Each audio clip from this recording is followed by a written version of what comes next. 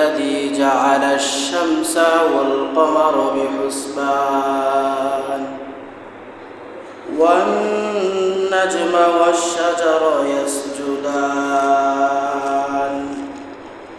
وفضل زمانا على زمان كما فضل مكانا على مكان وإنسانا على إنسان ونشهد أن لا إله إلا الله وحده لا شريك له لا ضد له ولا ند له ولا مثل له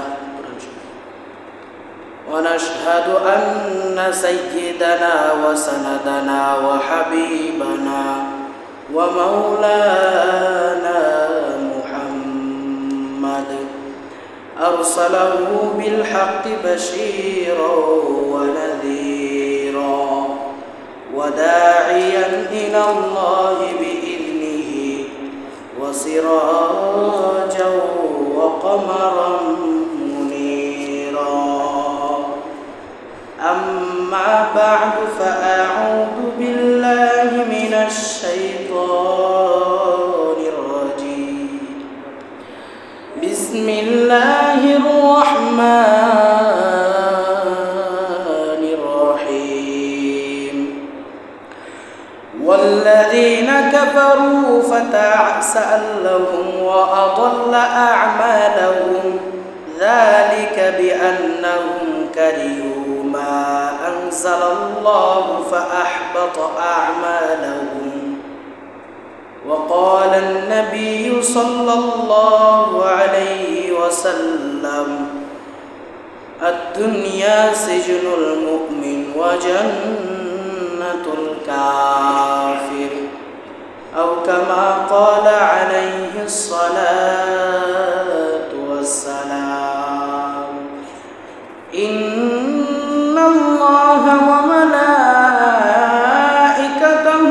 يصلون على النبي يا أيها الذين آمنوا صلوا عليه وسلموا تسليما সকলেই মহব্বতের সহিত দুরূদ ইব্রাহিম পড়ি اللهم صل على محمد وعلى آل محمد كما صليت على إبراهيم وعلى آل إبراهيم إنك حميد مجيد اللهم بارك على محمد وعلى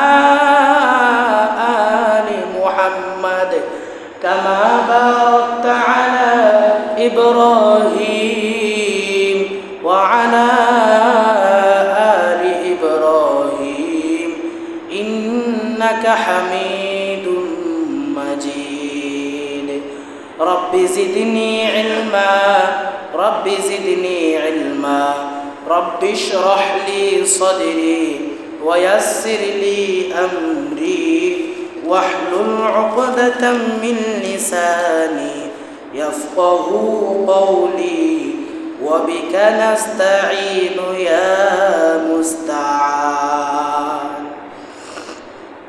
سبحانك لا علم لنا إلا ما علمتنا إنك أنت العليم الحكيم सूरज ने दिया अपने शुआ हमको पैगाम सूरज ने दिया अपने शुआ हमको पैगाम दुनिया है अजीब चीज़ को भी सुबह को भी शाम दुनिया है अजीब चीज़ को भी सुबह को भी शाम एक चश्मे ज़दन गाफिल ज़ा शाह नबाशी एक चश्मे ज़दन गाफिल ज़ा शाह नबाशी शायद के निगाहे गुनाहगाह नबाशी, शायद के निगाहे गुनाहगाह नबाशी। दुनिया में हो दुनिया का तलबगार नहीं हो, दुनिया में हो दुनिया का तलबगार नहीं हो, बाजार से गुजर हो खरीदार नहीं हो, बाजार से गुजर हो खरीदार नहीं हो। अल्हम्दुलिल्लाह, समस्त प्रशंसा रब्बुल आलमीনের জন্য, যে রব্বুল আলামিন আপনাকে আমাকে প্রায় এক সপ্তাহ পরে আবার তার ঘর, পবিত্র ঘরে আপনাকে আমাকে আসার, বসার এবং তার কুদরতি পায়ে সিজদা দেওয়ার জন্য তৌফিক দিয়েছেন। সেই জন্য ওই রব্বুল আলামিনের আলিশান দরবারে সকলেই কালিমাতুশ শুকর আদায় করি। এই জন্য আদায় করি যে আল্লাহ তাআলা দুনিয়ার সমস্ত ফিতনা ফাসাদ থেকে ফারিক করে দুনিয়ার যত খারাপ কাজ, অশালীন কাজ আছে, ফিতনা থেকে আল্লাহ তাআলা মুক্ত করে আল্লাহ তাআলা তার ঘরে আমাদেরকে আসার, বসার তৌফিক দিয়েছেন। এই জন্য মালিকের দরবারে সকলে কালিমাতুশ শুকর আদায় করি, বলি আলহামদুলিল্লাহ। মুহতারাম হাজিরিন, পাশাপাশি দুরূদ ও সালাম বর্ষিত হোক আকা নামদার তাজদার মদিনা আহমদ মুস্তাফা মুহাম্মদ মুস্তাফা সৈয়দুল মুরসালিন খাতামুন নবিয়্যিন শফিউল মুজরিমিন, দো জাহানের কান্ডারি, আমাদের নবী, শ্রেষ্ঠ নবী হযরত মুহাম্মদুর রাসূলুল্লাহ সাল্লাল্লাহু আলাইহি ওয়াসাল্লাম। মুহতারাম হাজিরিন, আজকের আলোচনা বিষয়টা অত্যন্ত গুরুত্বপূর্ণ একটি বিষয়। এই গুরুত্বপূর্ণ বিষয় আমাদের সমাজের মধ্যে এটা অনেকেই করে, এটা অনেক প্রচলিত, অনেকে এটা করে থাকে। যে বিষয়টা আপনাদের মনে মনে ছিল যে হুজুরে এই বিষয়ে কখন আমাদের সামনে আলোচনা করবে, সেই বিষয়টা কি? বিষয়টা হলো কুফরি করা সম্পর্কে। কি করা সম্পর্কে? কথা বলেন, কি করা সম্পর্কে? কুফরি। কুফরি করা সম্পর্কে আমাদের জানার প্রয়োজন আছে না নাই? আছে। তো বয়ান শুরু করার আগে একটু জানাইয়া দেই, সুবহানাল্লাহ আলহামদুলিল্লাহ একটু জোরে সোরে বললেন।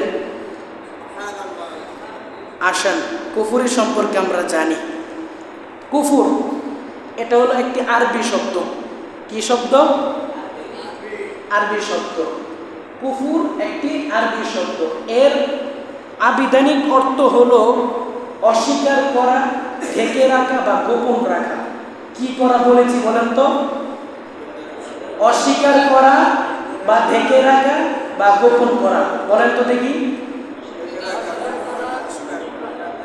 ঢেকে রাখা। পরিভাষায় কুফর কাকে বলে?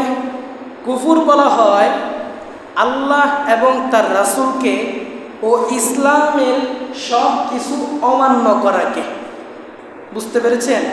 আল্লাহ ও তার রাসূল এবং যত ইসলামের যত নিয়ম কানুন আছে, এই সমস্ত নিয়ম কানুনকে অমান্য করাকেই কুফর বলা হয়। পশ্চিম দিকে আমরা পাও উঠায় না বসি। তো এই কুফর সম্পর্কে আল্লাহ তাআলা কুরআনের মধ্যে সাবধান করেছেন। তাহলে কুফর সম্পর্কে আমরা জানতে পারলাম যে আল্লাহ এবং তার রাসূল এবং ইসলামের ভিতরে যা কিছু আছে সব কিছু কি করা? অমান্য করলে তাকে বলা হয় কুফর। মোট কথা 7টি জিনিসকে অস্বীকার করলে তার ঈমান থাকবে না। কয়টি?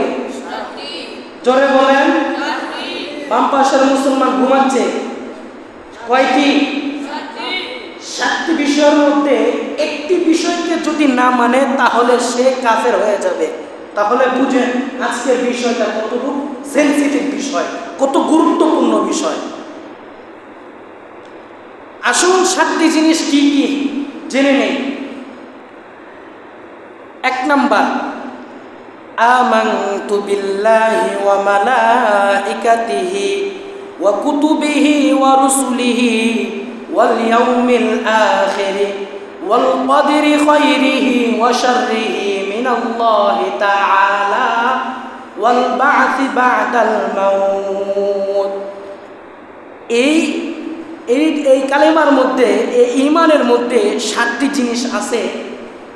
এই 7টি জিনিস, যে কোনো একটা জিনিস বা পয়েন্ট যদি বান্দা না মানে তাহলে তার কি থাকবে না? ঈমান থাকবে না। এক নাম্বার, আমানতু বিল্লাহ, আল্লাহ তাআলাকে অস্বীকার করলে। কাকে অস্বীকার করলে? আল্লাহকে অস্বীকার করলে ঈমান থাকবে? হ্যাঁ মুসলমান, ঈমান থাকবে? থাকবে না। 2 নাম্বার, ফেরেশতা ওয়া মালাইকাতিহি। 2 নাম্বার কি? ফেরেশতা।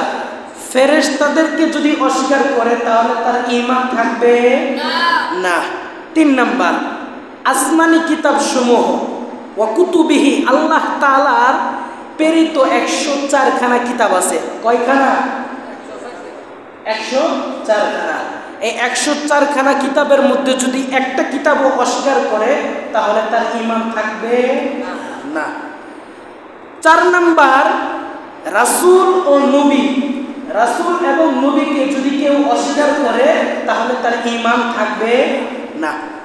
5 নাম্বার, কিয়ামতের দিনকে যদি কেউ অস্বীকার করে, হাসরের ময়দানকে যদি কেউ অস্বীকার করে তাহলে তার ঈমান থাকবে না। 6 নাম্বার, আপনার আমার এই তাকদীরের ভালো মন্দ কার হাতে? জোরে বলেন, কার হাতে? আল্লাহর হাতে না? এই তাকদীরের ভালো মন্দের উপর, ভালো মন্দকে যদি আমরা অস্বীকার করি তাহলে মাশাআল্লাহ, তাহলে ঈমান থাকবে না। 7 নাম্বার, পুনরায় জীবিত হওয়া। আমরা মরার পরে যে আল্লাহ তাআলা আমাদেরকে আবার জীবিত করবে, এটাকে যদি কেউ অস্বীকার করে তাহলে তার ঈমান থাকবে? থাকবে না, ঈমান থাকবে না। সুতরাং এই 7টি জিনিসের মধ্যে, 7টি পয়েন্টের মধ্যে যদি কোনো বান্দা একটা পয়েন্টকে না মানে, যে কোনো একটা পয়েন্টকে যদি না মানে তাহলে তার ঈমান থাকবে না। মুহতারাম হাজিরিন, এখন আসেন, এখানে একটা বুঝার বিষয় আছে। একটা বুঝার বিষয় আছে। বুঝার বিষয়টা কি? এই যে 7টি পয়েন্ট যে আপনাদের সামনে বলছি, এই 7টি পয়েন্ট আবার 1 নাম্বার পয়েন্টের সাথে জোড়ালো। 1 নাম্বার পয়েন্টের মাধ্যমে বাকি 6টা পয়েন্টের 6টা জিনিসের সৃষ্টি। সুবহানাল্লাহ। হ্যাঁ, 1 নাম্বার পয়েন্ট ধইরা বাকি 6টা পয়েন্ট কি হয়েছে? আল্লাহ তাআলার সৃষ্টি হয়েছে। যেমন ভালো করে বুঝেন, 1 নাম্বারটা বললাম কি? আমানতু বিল্লাহ, আল্লাহর উপর ঈমান আনা। যদি আল্লাহকে অস্বীকার করে তাহলে তার ঈমান থাকবে না। এখন বলেন তো, ফেরেশতা কার তৈরি? আপনি আর আমি কার তৈরি? রাসূল এবং নবী যে দুনিয়ার জমিনে পাঠাইছেন, কে পাঠাইছেন? আল্লাহ পাঠাইছেন না? তাহলে বাকি যে 6টা পয়েন্ট আছে, এই 6টা পয়েন্ট কি 1 নাম্বার পয়েন্ট তৈরি সৃষ্টি হয়েছে না? আল্লাহ যদি সৃষ্টি না করতেন সৃষ্টি হইতো? হ্যাঁ, আল্লাহ সৃষ্টি করছেন বিদেই তো বাকি 6টা জিনিস আসছে। আমার কথা বুঝতে পারছেন? হ্যাঁ, বৈশা বৈশা ঝিমাইলে হবে না। সারা সপ্তাহ শুধু ঝিমানের মধ্যে থাকেন, ঘুমানোর মধ্যে থাকেন, মসজিদে আসলে আপনাদের ঘুম ধইরা ফেলে। তাহলে বাকি যে এই 7টা পয়েন্ট আছে, এই 7টা পয়েন্টের মধ্যে যদি একটা না মানে তাহলে তার ঈমান কি থাকবে না। এখন আসেন, কুফুর কয় প্রকার? আমরা যে কুফুর জানলাম, কুফুর কয় প্রকার? কুফুর 4 প্রকার। কয় প্রকার? জোরে বলেন। কুফুর 4 প্রকার। 1 নাম্বার, কুফুরে ইনকার। কুফরে ইনকার অর্থাৎ মুখে ও অন্তরে সত্যকে অস্বীকার করা। মুখে অন্তরে সত্যকে কি করা? অস্বীকার করা এবং সত্যকে বিশ্বাস না করা, আর মৌখিকভাবে তা স্বীকারও না করা। এটা হলো কুফরে ইনকার। 2 নাম্বার, কুফরে জুদ অর্থাৎ সত্য বা হককে অন্তর দিয়ে সত্য জানা কিন্তু মুখে স্বীকার না করা। সত্যকে অন্তর দেয়া সত্য জানা কিন্তু মুখে স্বীকার করে না। 3 নাম্বার কুফরে মুআনাদা, অর্থাৎ সত্যকে সত্য জানা এবং মুখে তা স্বীকার করা, তবে তা গ্রহণ না করা এবং অনুসারেও না হওয়া। বুঝতে পারছেন? কুফরে মুআনাদা বলা হয় সত্যকে সত্য জানা এবং মুখে স্বীকারও করা, তবে তা গ্রহণ করে না এবং ওই কি করে অনুসরণ করে না। 4 নাম্বার কুফরে নিফাক। 4 নাম্বার কি? কুফরে নিফাক, অর্থাৎ মুখে সত্যকে স্বীকার করা কিন্তু অন্তরে তা অস্বীকার করা। মুখে সত্যকে স্বীকার করা কিন্তু অন্তরে কি করা? অস্বীকার করা। ভাইয়ারা আমার ভালো করে বোঝেন, এই কুফরি এমন এক জঘন্যতম অপরাধ, এমন একটি জঘন্যতম কবিরা গুনাহ, যেই অপরাধ সম্পর্কে, যেই গুনাহ সম্পর্কে আমার আল্লাহ তাআলা কোরআনের মধ্যে বহু জায়গায় বলেছেন। কোনো বান্দা যদি কুফরি করে, কোনো বান্দা যদি কুফরি করে আর সে যদি তওবা না করে মুসলমান না হইয়া কবরে যায়, তার জন্য চিরস্থায়ী জাহান্নাম। নাউজুবিল্লাহ। আসেন আমরা একটু কুফরির মৃত্যুটা কেমন হবে, যে ব্যক্তি কুফরি করে মরবে তার মৃত্যুটা কেমন হবে সে সম্পর্কে আল্লাহ তাআলা কোরআনের মধ্যে বলতেছেন। আল্লাহ তাআলা সূরা বাকারার 160 নম্বর আয়াত থেকে 161 নম্বর আয়াত পর্যন্ত কুফরি করে মরলে কেমন মরাটা হবে সেই মরা সম্পর্কে আল্লাহ তাআলা বলতেছেন। আল্লাহ বলেন, ইন্নাল্লাযীনা কাফারু ওয়া মাতু ওয়া হুম কুফফারুন উলাইকা আলাইহিম লা'নাতুল্লাহি ওয়াল মালাইকাতি ওয়ান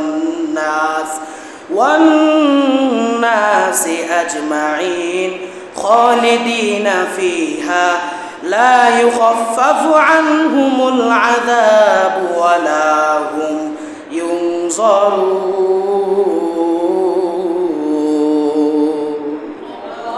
আল্লাহ রাব্বুল আলামিন এই আয়াতের মধ্যে সুন্দর করে বলতেছেন, কোন বান্দা যদি কুফরি করে তওবা না করে মৃত্যুবরণ করে তার মৃত্যুটা কেমন হবে আল্লাহ তাআলা বলতেছেন, ইন্নাল্লাযীনা কাফারু ওয়া মাতু ওয়া হুম কুফফার, নিশ্চয়ই যারা কাফের অবস্থায় কুফরি করিয়া মৃত্যুবরণ করলো তারা কাফের অবস্থায় মৃত্যুবরণ করলো। নাউজুবিল্লাহ।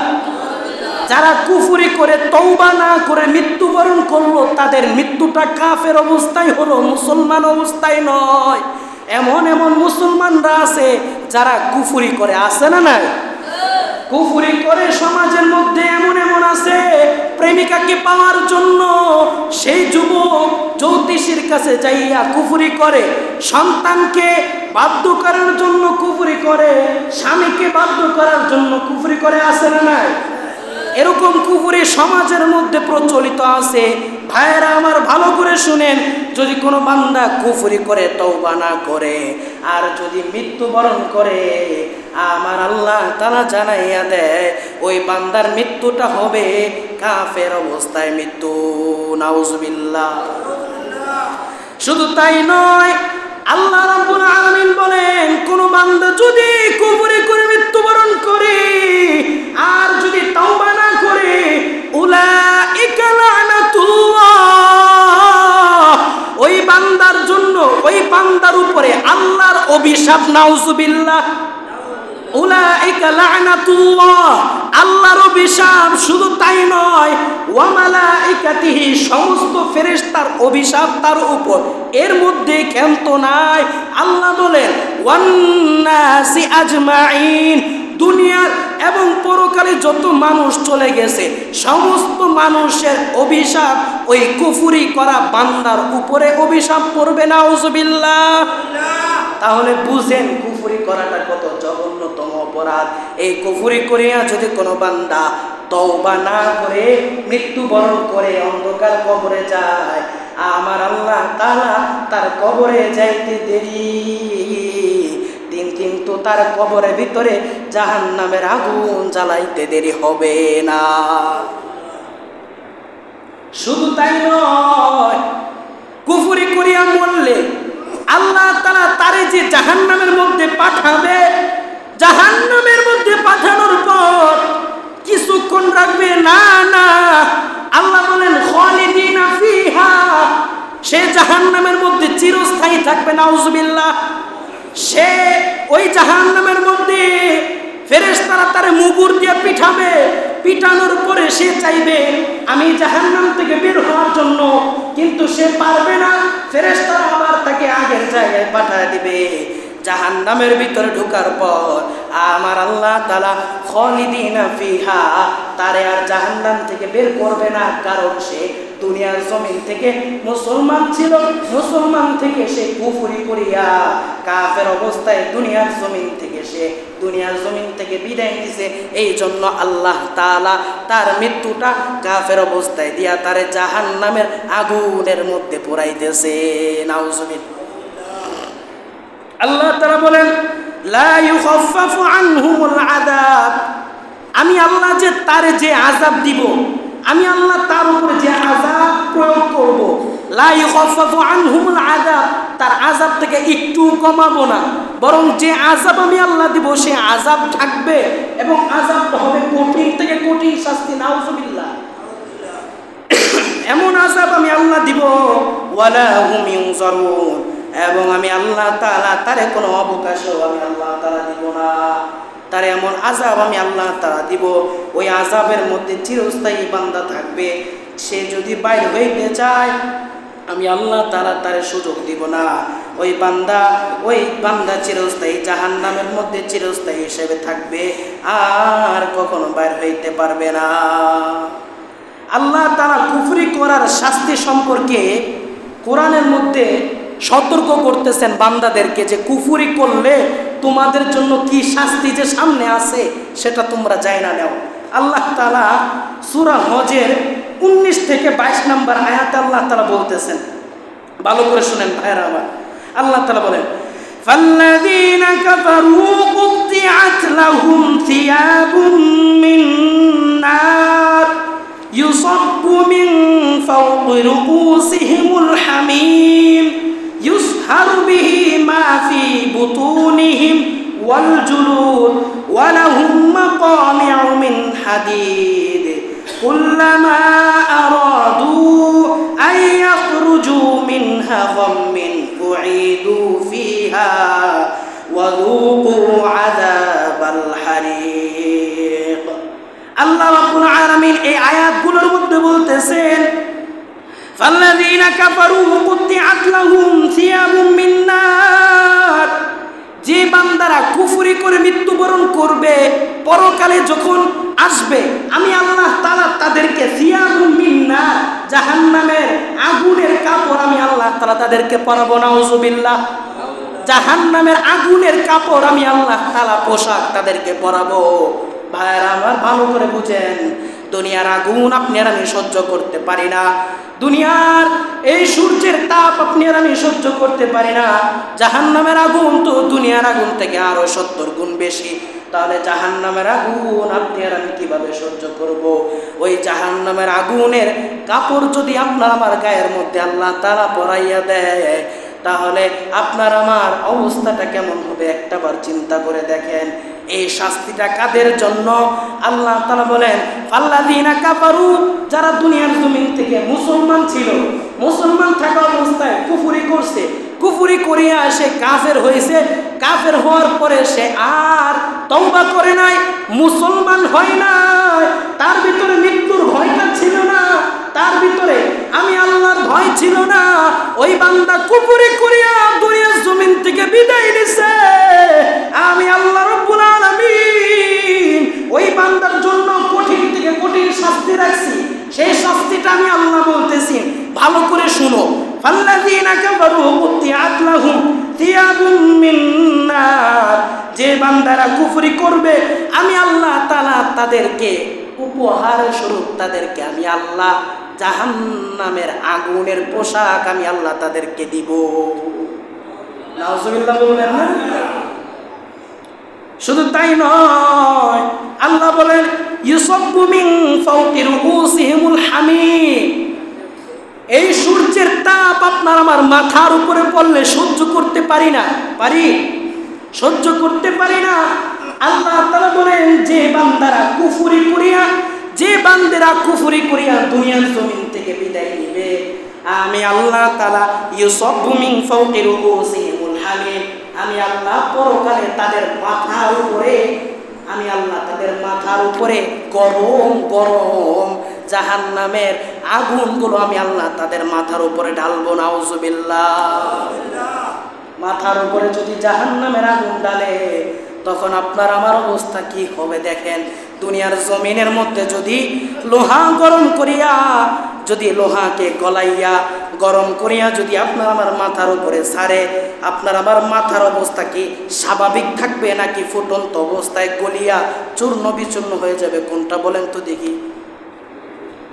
গলিয়া পড়ে যাবে না?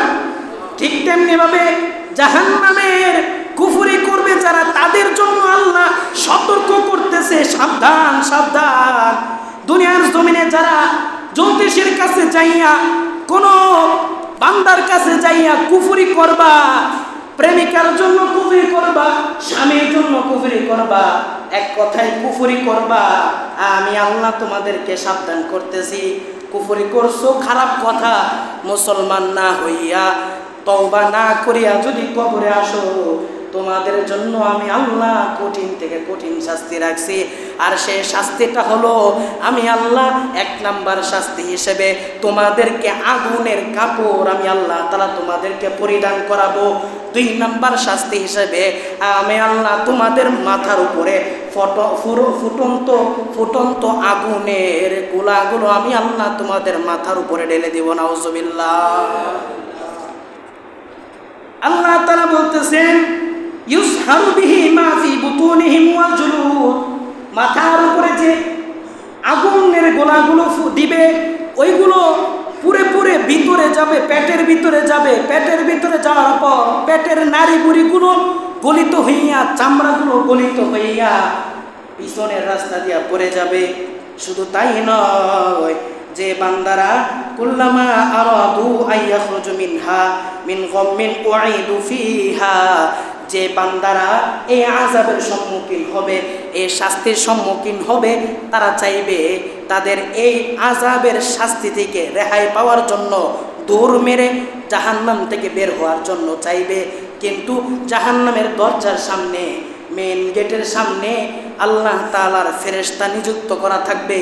ওই জাহান্নামের ফেরেশতা বলবে, কই যাও কই যাও, দুনিয়ার জমিনে যে কুফরি করছিলাম মনে ছিল না?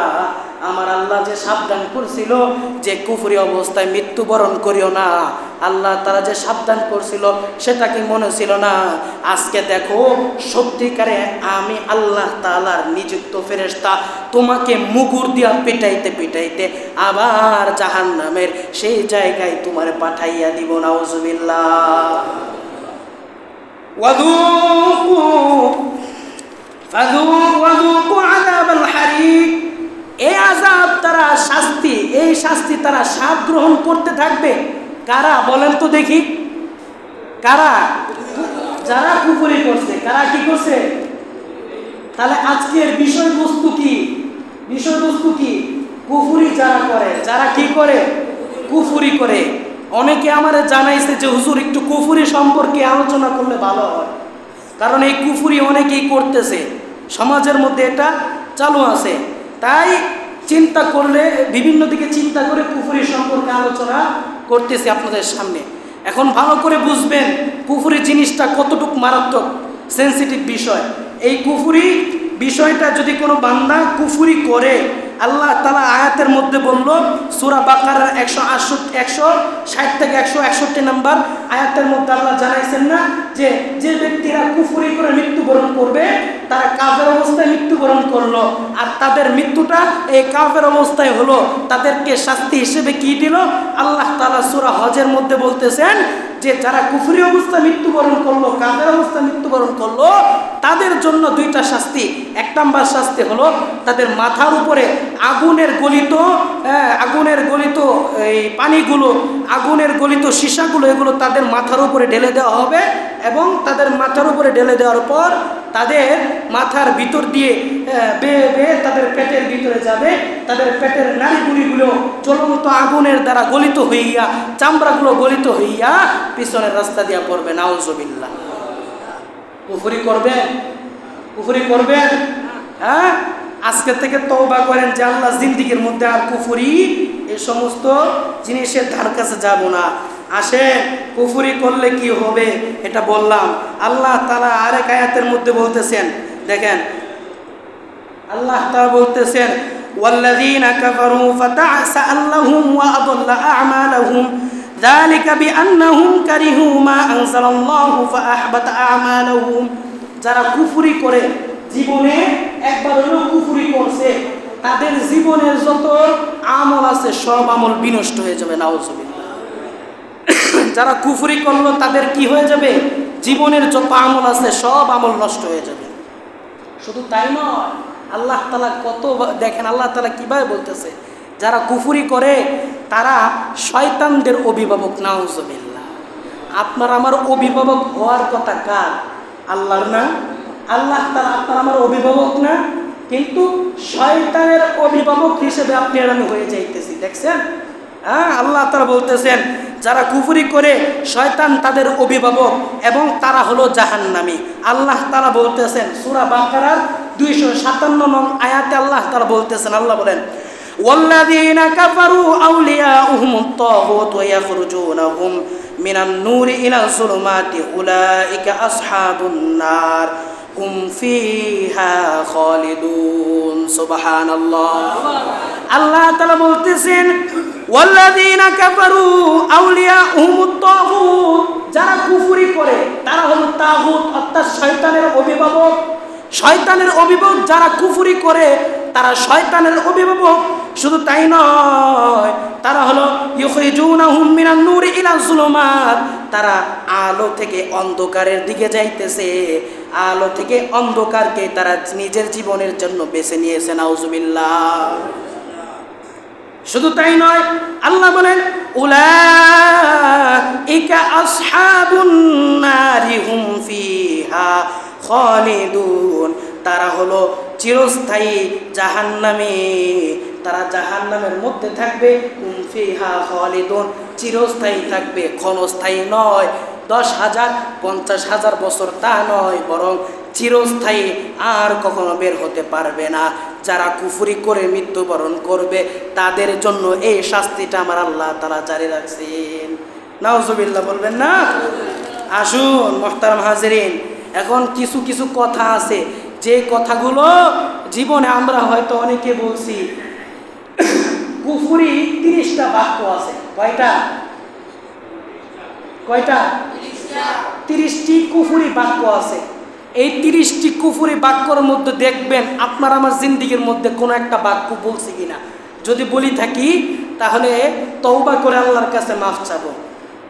আসুন 30টি বাক্য একটু জেনে নেই, ভালো করে মনোযোগ দিয়ে শুনবেন।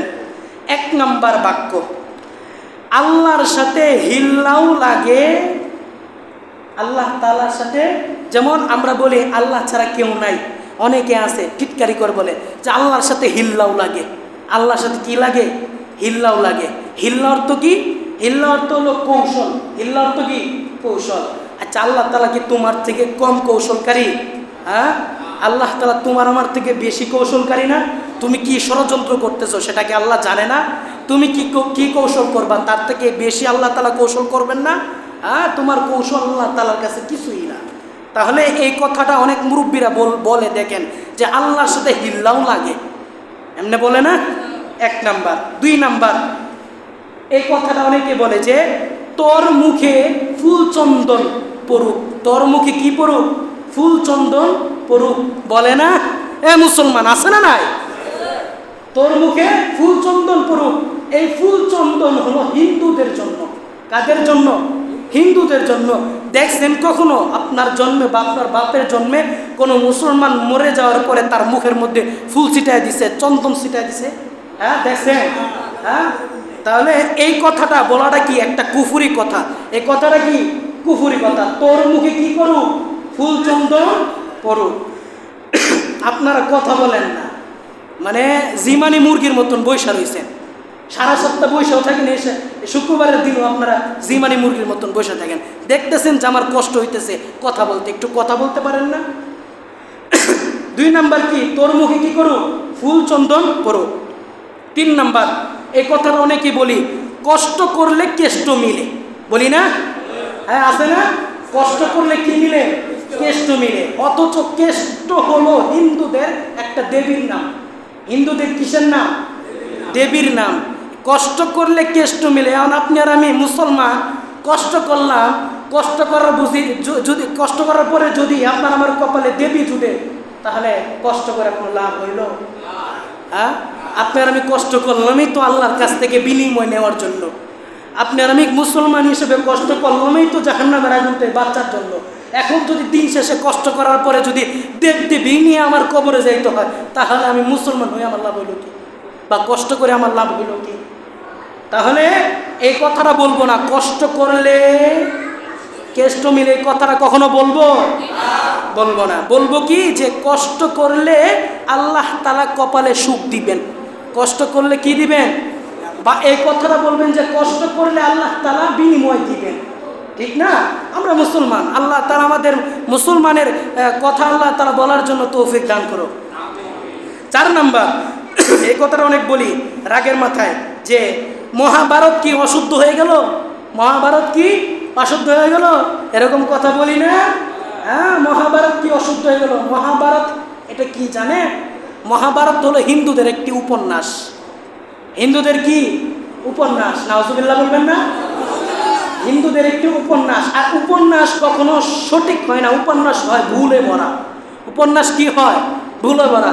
যেমন কিছু কিছু উপন্যাসের মধ্যে আছে, প্রেমিকার আকৃতি বর্ণনা করতে যাইয়া বলে, আমার প্রেমিকার চেহারা রসে টয়টম্বুর, বেগুনের কি আঙ্গুরের মতন টয়টম্বুর তার আঙ্গুল, তার চেহারা দুধের মতন লাবণ্য, লাল গোলাপি তার গাল, এরকম বলে বলে। অথচ কোনো মুসলমানের কোনো নারীর সাথে এরকম চেহারা জীবনও মিলবে? যতই সুন্দরী হোক এরকম মিলবে? তাহলে এই মহাভারত কি অশুদ্ধ হয়ে গেল? এই কথাটা বলা কুফরি কথা। এটা বলা যাবে কি আর? মুসলমান, বলা যাবে? 5 নাম্বার, আমরা হুজুরদের সাথে অনেকে টিটকারি করে বলি বা একটু ঝগড়া লেগে বলি যে মোল্লার দৌড় মসজিদ পর্যন্ত। কার দৌড় কি পর্যন্ত? মোল্লার দৌড়। আরে বেটা, মোল্লার দৌড় মসজিদ পর্যন্ত যতটুকু গেছে, তোর বাপে তো এতটুকু পর্যন্ত যাইতে পারে না, ঠিক কি না? মোল্লার দৌড় মসজিদ পর্যন্ত, মোল্লার তো মসজিদ পর্যন্ত এসে আল্লাহর কাছ থেকে জান্নাত কিনা নিছে। তোর বাপে তো পরকালের কোনো বালাই নাই, পরকালের কোনো ঢরই নাই। সে সুদের মধ্যে থাইকা, কোষের মধ্যে থাইকা জাহান্নাম কিনতেছে, ঠিক কি না? তাহলে মোল্লার দৌড় মসজিদ পর্যন্ত না জান্নাত পর্যন্ত, কোনটা? মোল্লার দৌড় মসজিদ পর্যন্ত না জান্নাত পর্যন্ত? এই কথাটা বলা যাবে কি? বললে কুফরি হবে কি হবে না? কুফরি হবে। এই কথাটা আর কখনো বলবো না। যদি বলেন আপনার কপালে এমন আম নিয়ে আপনি জুতা বাড়ি দিলেন, আপনার কপালে আপনি জুতার বাড়ি দিলেন, আপনার কপালে আপনার নিজের পায়ে আপনি নিজেই কুড়াল মারলেন, জাহান্নাম আপনার জন্য নিজে আপনি বাচ্চা নিলেন। এটা মোল্লার কোনো লাভ নাই, লোকসানও নাই। মোল্লার আরো বেশি লাভ কি, যে মোল্লার দৌড় মসজিদ পর্যন্ত, মোল্লা ইবাদত করে আমল করে মোল্লা জান্নাত লয়ে যায়, ঠিক কিনা? 6 নাম্বার, আমরা অনেকে এই কাজটা করি, ছোট ছোট বাচ্চাদের ভালো কাজ করলে যে এটা আমার লক্ষ্মী ছেলে, বলি না? এক মেয়ে যদি ভালো কাজ করে তখন বলি লক্ষ্মী মেয়ে, বা স্ত্রীকে বলি কি লক্ষ্মী বউ, লক্ষ্মী স্ত্রী, এরকম কথা বলি না?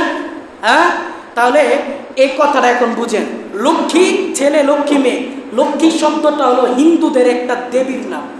হিন্দুদের কিসের নাম? কথা বলেন না, কিসের নাম?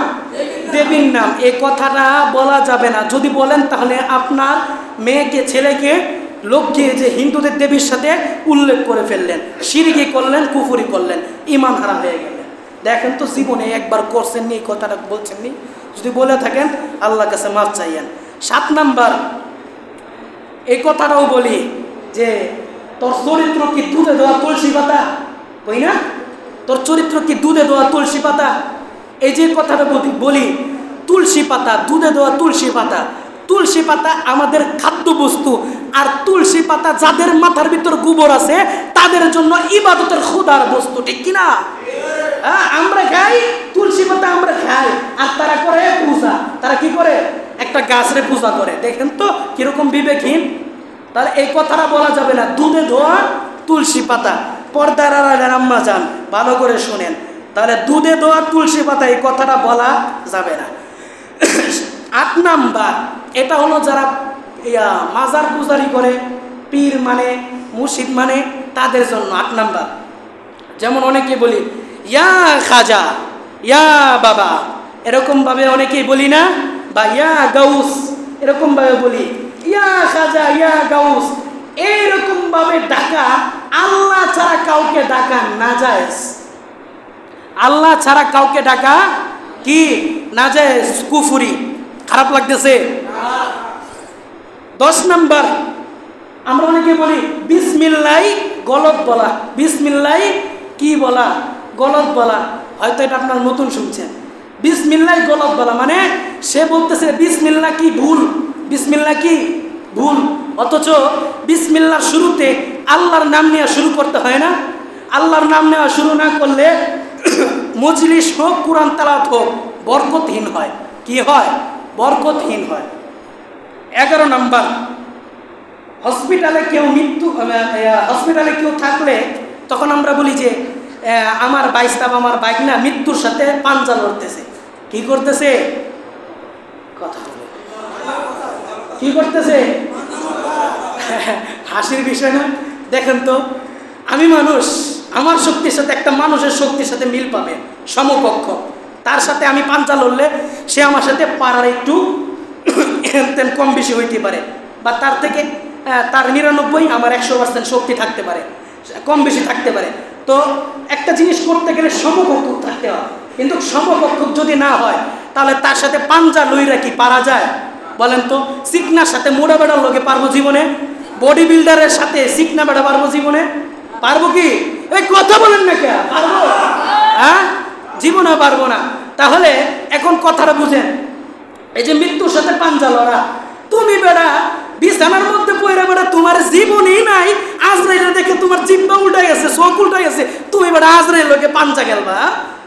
আজরাইল লোকে পাঞ্জা লড়তে চায় না, মৃত্যুর সাথে পাঞ্জা লড়তেছে, হ্যাঁ আজরাইলের সাথে পাঞ্জা লড়বো। এর কতটাই বড় সাহস যে আজরাইলে দেখলে হ্যাঁ বিছানার মধ্যে হ্যাঁ প্রস্রাব করে দেয়, পায়খানা করে দেয়, হ্যাঁ আজরাইলের সাথে পাঞ্জা লড়বো।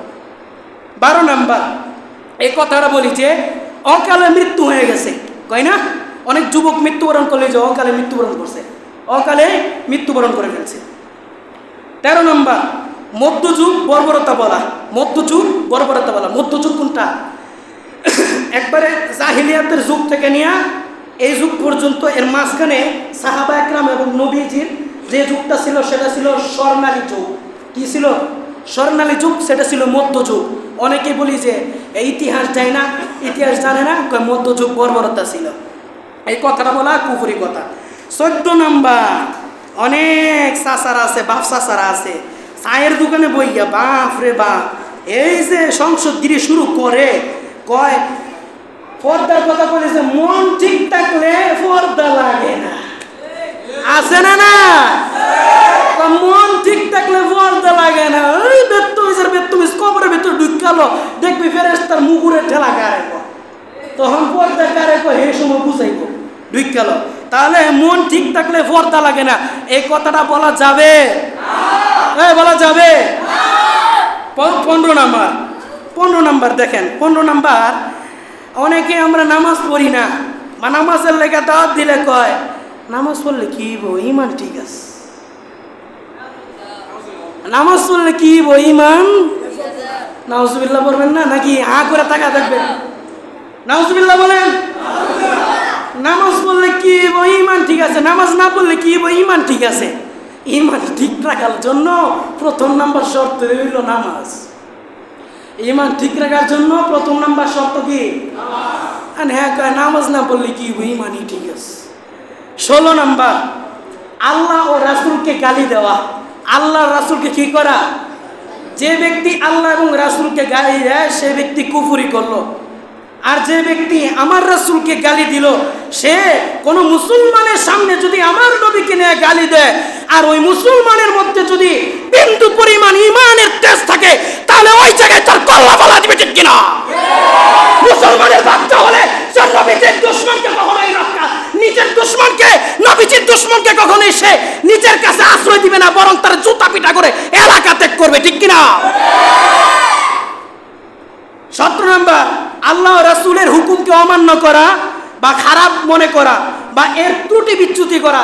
অনেকে আছে যে আল্লাহ এরকম বানাইলো কে, আল্লাহ আমার চেহারাটা এরকম বানাইলো কে, এরকম বানাইতে পারলো না, আল্লাহ আমার টুকটা এরকম বানাইলো কে, আর একটু সুন্দর করে বানাইতে পারলো না।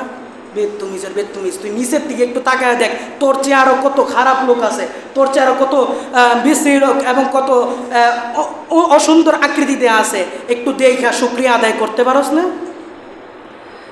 18 নম্বর, ফেরেশতাদের সম্পর্কে কটূক্তি করা। ফেরেশতাদের সম্পর্কে কি করা? কটূক্তি করা। অনেক বিজ্ঞানী লোক আছে সায়েন্সটলে বইয়া জিব্রাইল বালা ছিল না, নবীজির কাছে বারবার এই তো এরম এরম হ্যান ত্যান এরম কথা কওয়া শুরু করতো।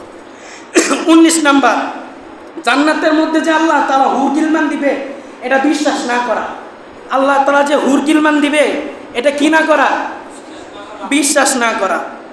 20 নম্বর, হযরত মুহাম্মদুর রাসূলুল্লাহ সাল্লাল্লাহু আলাইহি ওয়াসাল্লামকে, বলেন না সাল্লাল্লাহু আলাইহি ওয়াসাল্লাম, সাল্লাল্লাহু আলাইহি ওয়াসাল্লামকে সর্বশেষ নবী হিসেবে না মানা, এটা হলো কুফরি। এটা কি করা? না মানা, এটা হলো কুফরি। 21 নম্বর, মুহাম্মদুর রাসূলুল্লাহ সাল্লাল্লাহু আলাইহি ওয়াসাল্লামের পরে কোন নবী আসতে পারে বলে এটা বিশ্বাস করা, এটা হলো কুফরি। 22 নম্বর, কারণ মৃত্যুতে আল্লাহর উপর অভিযোগ করা। কারণ মৃত্যুতে কি করা? আল্লাহর উপর অভিযোগ করা। 23 নম্বর, এরকম কথা যে এরকম কথা বলা যে আল্লাহ তাআলা বললেও আমি এই কাজ করব না। যারা সন্তানরা বা কারো কইলে যে এটা একটু করস না, হ্যাঁ, বা রাগটা ঘর পরে একটু করস না, করতাম না, আল্লাহ যদি আমি এটা করতাম না, আল্লাহ যদি কয় আমি এটা করতাম না, এরকম কয় না, হ্যাঁ, এটা হলো কুফরি। 24 নম্বর, এরকম আগ্রহ প্রকাশ করা যে যদি আমি কাফের হইতাম খুব ভালো হইতো, নাউজুবিল্লাহ, যদি আমি কাফের হইতাম তাহলে কি হইতো? খুব ভালো হইতো। বেটা কাফের থেকে মুসলমান হওয়ার জন্য আগ্রহ দেয়, আর তুমি মুসলমান থেকে কাফের হওয়ার জন্য জাহান্নাম পাইছে না। এই যে শেষ, কাছাকাছি আর কয়টা আছে? 25 নম্বর, নামাজ নিয়ে কটূক্তি করা। কি করা? কটূক্তি করা। 26 নম্বর, আজান নিয়ে কটূক্তি করা, যে আজান আমার কানের মধ্যে ভালো লাগে না, আমার কানের মধ্যে গান বাজনা ভালো লাগে। 27 নম্বর, হারাম বস্তুকে হালাল বস্তু, হারাম বস্তুকে হালাল করা আর হারাম বস্তুকে হারাম মনে করা, এটা হলো কুফরি। 29 নম্বর, জ্যোতিষী বা গণককে গায়েবী মনে করা, সে গায়েব জানে এটা মনে করা। 30 নম্বর, কোনো ব্যক্তির প্রতি এটা বিশ্বাস রাখা যে ওই ব্যক্তি গায়েব জানে, ওই ব্যক্তি কি জানে? গায়েব জানে, এটা বিশ্বাস করা। এই 30টা পয়েন্টের মধ্যে, 30টা কথার মধ্যে দেখেন কোন কথাটা আপনি জীবনের মধ্যে একবার কইছেন। যদি কইয়া থাকেন তাহলে আল্লাহর কাছে মাফ চাইয়েন, তওবা কইরা তারপর মৃত্যুবরণ কইরেন। না হলে বাজান কপালের মধ্যে জাহান্নামের আগুন ছাড়া আর ওই মাথার উপরে আগুন ফালানো এবং জাহান্নামের কাপড় পরিধান করা ছাড়া আর কিছুই কপালে থাকবে না। তো যে কুফরি সম্পর্কে আলোচনা করলাম, বুঝতে তো পারছেন নাকি? আশা করি বুঝতে পারছেন। আল্লাহ তাআলা এই কথাগুলোর উপর আপনাকে আমাকে সকলকে আমল করার তৌফিক দান করুক। যারা সুন্নত পড়ি নাই তারা 4 রাকাত সুন্নত পড়ে নি।